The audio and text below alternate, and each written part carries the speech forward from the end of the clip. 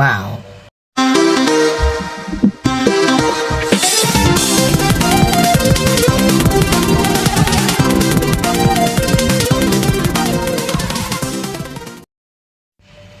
Yeah, I kind of messed up something, but I think I fixed it. Yeah, let's just start this. Chapter 1 House.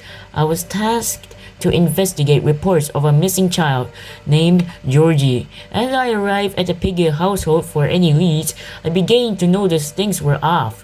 It was unusually quiet and poignant. A breeze of unease shrouded me as I stepped out of my vehicle. Without a moment to react, I blacked out and woke up in the bedroom of the house with a beaming headache. Someone had knocked me out and brought me here. But why? If they wanted to get rid of me, why didn't they finish the job? While attempting to piece things together, I encountered a strange crazed pig with different eyes and a hunger for harm. It didn't talk, it just chased me. Terrifying. As soon as I escaped the house, I decided to get back to the station and get help. What we have here seems to be much more than a missing animal case. The Piggy house looks oddly peaceful. When I reached the station, I had found it to be unusually quiet. No officers celebrating, no criminals rattling their cell doors, nothing. Then the intercom system spurred out a warning to get to the garage. The voice sounded familiar. It was Doggy, my old partner. I don't know why he showed up on his day off. Maybe it was a distress call that all officers received while I was unconscious in the Piggy house. As I creaked about to unlock the garage, I encountered yet another strange-looking pig. It appeared to have black eyes and a violent attitude. Just like the last one, what is this with these animals? What happened to them? And what made them like this? Once I opened the garage door, fueled the escape car, and left with Doggy, I felt a sense of dread overwhelm me. I got out, but did not feel safe. I need to find out what was going on. The cells are all empty. I guess they took advantage of the situation. Chapter 3 Gallery. It turns out the gas can I picked up was almost empty, but because we found ourselves running out really quick. To matter is even worse, we stopped in the middle of a city. A couple of infected, as Doggy calls them, surrounded our car. We rushed into a nearby building, the gallery. I haven't been there since we started investigating a reported robbery last month. It seemed a little rundown as well. We quickly sealed the building, only to soon realize that the infected entered as well. It was very strange to see a place once so calm became so chaotic. Doggy told me that he never liked galleries anyway. Sealing ourselves in wasn't the best idea, I'll admit. Doggy and I had been safe and sound in this forest for weeks. Now, we've been silently visiting small towns and taking supplies from them. We spoke for days, but what we'll do when it's over. Doggy said he'd like to travel south someday and visit old monuments and ruins. I don't know what I'd do. I couldn't get my mind off of the world state. One night, I woke up and discovered a broken and empty potion and a missing friend. I looked around and found Doggy. He was one of them. My gut sank and I felt weak. Where did this potion come from, and why did he drink it? Was he forced to? He had red eyes, not like the others. Someday, we'll get the bottom of this. As I left the forest,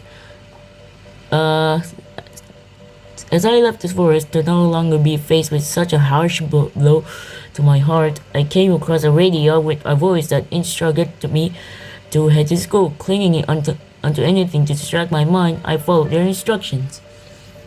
Others had the idea to say too. It looks like it worked out the same way as it did for us. Chapter 5 School. Still recovering from the loss of Doggy, I felt out of touch with reality, like I was a blur just floating around time. However, I pressed on the radio I found in the forest instructed me to help them out and find their friend trapped in a school. Maybe if I couldn't save my friend, I could help them save theirs. That's when I meet Bunny, a sharpshooter. Bunny with an eye patch. He had barricaded herself in the school surveillance room after a failed supply run. She was very kind, not to mention thankful. Her altruism inspired me to be strong and get a hold of myself. As we headed to the sewers and met up with a strange radio voice, my head started burning up. I did not feel too well at all. I ignored it and continued moving forward. We met Mr. P, a very rich celebrity. It was certainly strange to find someone of his status walking about in the sewers. He thanked me for my help, but the more he spoke, the harder I found it to pay attention. My head hurt more and more until I passed out there. The last thing I remember was being wheeled into hospital and seeing Doggy. The empty halls are haunting. Chapter 5-6 Hospital. I woke up in the hospital with Bunny on my side. She seemed to light me up when she saw my eyes open. Bunny explained that Mr. B and the research didn't think it make it. As I showed minimal symptoms of the infection, she didn't give up on me. Thought I rescued her, so she believed it was her duty to protect me from being tossed out and deemed a lost cause. Bunny also told me that I woke up in the perfect time as the place was being evacuated. A doctor was infected and caused severe panic. I jumped out of the bed and got to the rooftop where a helicopter was supposed to be waiting for us. It wasn't there. They left without us. To knows who knows whether Bunny and I needed to come with a way to get out of the hospital ourselves and fast. What a mess. It certainly seemed like a rush to get out of here. Chapter 7 Metro. We made our way through the hospital and down to the underground metro. Bunny and I spoke about Mr. P. I told her my disbelief in him. I could not understand why he would not wait a moment longer for us. She explained that lately he has become more and more delusional and obsessed with his search for cure. Upon finally reaching the metro, I started working on repairs for the tram. Bunny sat down, not feeling too well. She told me she needed a little rest before going on, and lent me her crossbow. When the repairs were ready, she told me that she was infected. I was very reluctant to believe her. She explained that she was one of the test subjects of Mr. P's cure test at the hospital. Hers did not go so well. I told her that we could find a cure and she could hold on long enough to find it. Bunny didn't want to go. She feared putting me in danger. I got on the tram, looking back at her as she stayed behind to fight off any infected that may still be there. My heart hurt and my fist clenched. I was going to find Mr. P. You'll be missed, Bunny. Chapter 8 Carnival. The most clownish chapter I ever read. I arrived at Mr. P's carnival to search for any leads of where he may be. Unfortunately, there was not much to be found besides an infected fox. Trapped in the cage, I shivered at the thoughts of how he could have possibly ended like that. I met to survive Zizi and Pony. Zizi was a cunning, skilled fencer, and Pony was a clumsy yet a comforting ally. They were kind enough to allow me to join them. They told me they were on a supply run, but found me on the way and trusted me enough.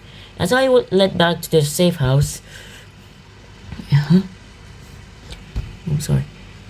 they spoke a lot about untrustworthy people and how I should watch out for them. It seemed that this whole situation really brought me out the worst in some. A beautiful sight in that ugly time. Chapter 9 City. We arrived at the city, a rundown mess. They set up their safe and hotel. As it had plenty of beds and supplies, recently they've been running low. As I was there, I learned a few things about my two new allies. Ziggy taught her younger sisters, Z and Zuzi, how to fight.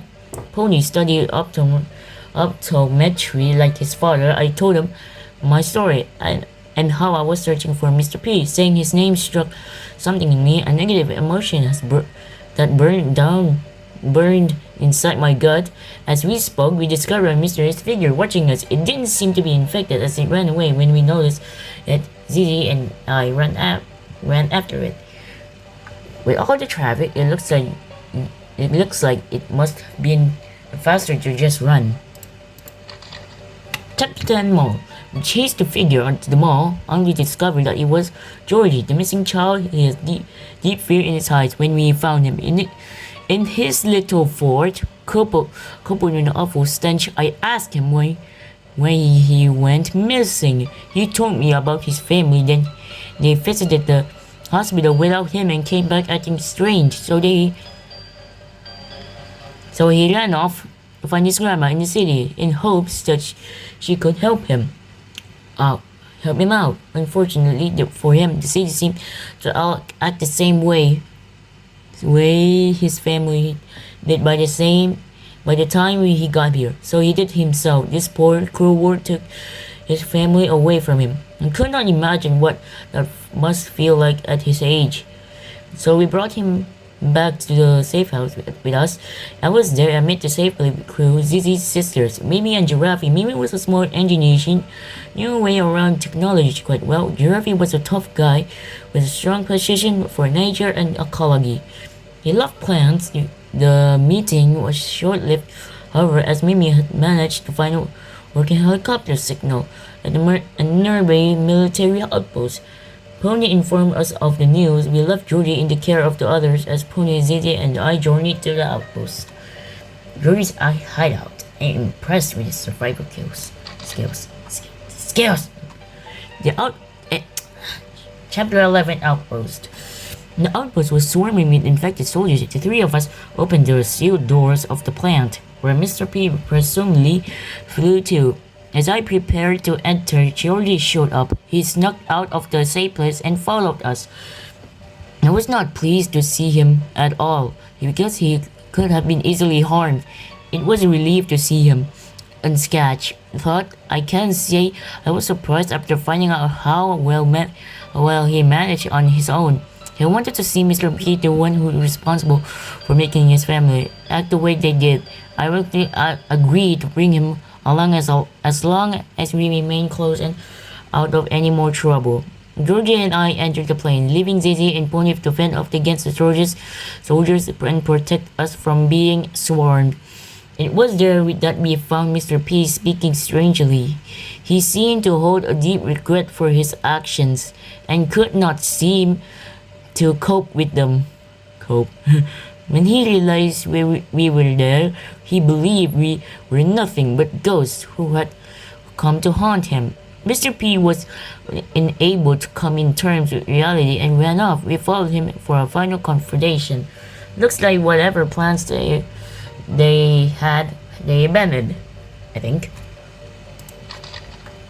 Oh no, this is so small. I can't read this. Mr. P's delusional thoughts grew wilder as he began to attack us in an attempt to get us to leave him alone. We persisted in trying to get his attention, but he would not listen. He was in a world of his own, blinded by his remorse. It was not long before I too began to suffer from unwanted thoughts. I cycled through my own memories. Being attacked by the past, I was searching for something, anything, to get me back to the real world. That was until I found a photo of Mr. P's wife. I showed it to him, and that was when it all came back to him. He finally came to terms with his actions, seeing us no longer as regretful memories. He told us his story. He did everything he could to save his wife, who was suffering from sickness. He caused the world to burn in the process. Nothing hurt him more in this world than himself. He was afraid of its actions. He became more and more desperate for solutions, sacrificing those closest to him in the process. Julia was upset and wanted revenge, but I convinced him not to do anything to him. If he hurt Mr. B, he would not be any better than Mr. P. He was too blinded by his emotions to realize what he was doing. Sorry. And if Georgie went through with it, He thought he too would have suffered just like him. We soon left the plant, leaving behind Mr. P. Zizi and Pony greeted us with a great joy. With the search for Mr. P finally over, we were unsure of what to do. We all stopped to take a moment to think. Then Yuri's face lit up, and he came up with an idea. What if we looked for a cure? Maybe it was a ridiculous idea. We live in a world full of sorts people, so perhaps it wouldn't be too far-fetched to come across someone working on something that could help us out. There's only a way to find out. I couldn't imagine working near something this all day, or in a facility like this at all. Yeah, I think that's all for the yapping stuff. Yeah, I'm just gonna do book 2 later after I got out the pages. Anyways guys, that's all for today's video. Please make sure to subscribe and like and turn on your notifications on. See you later.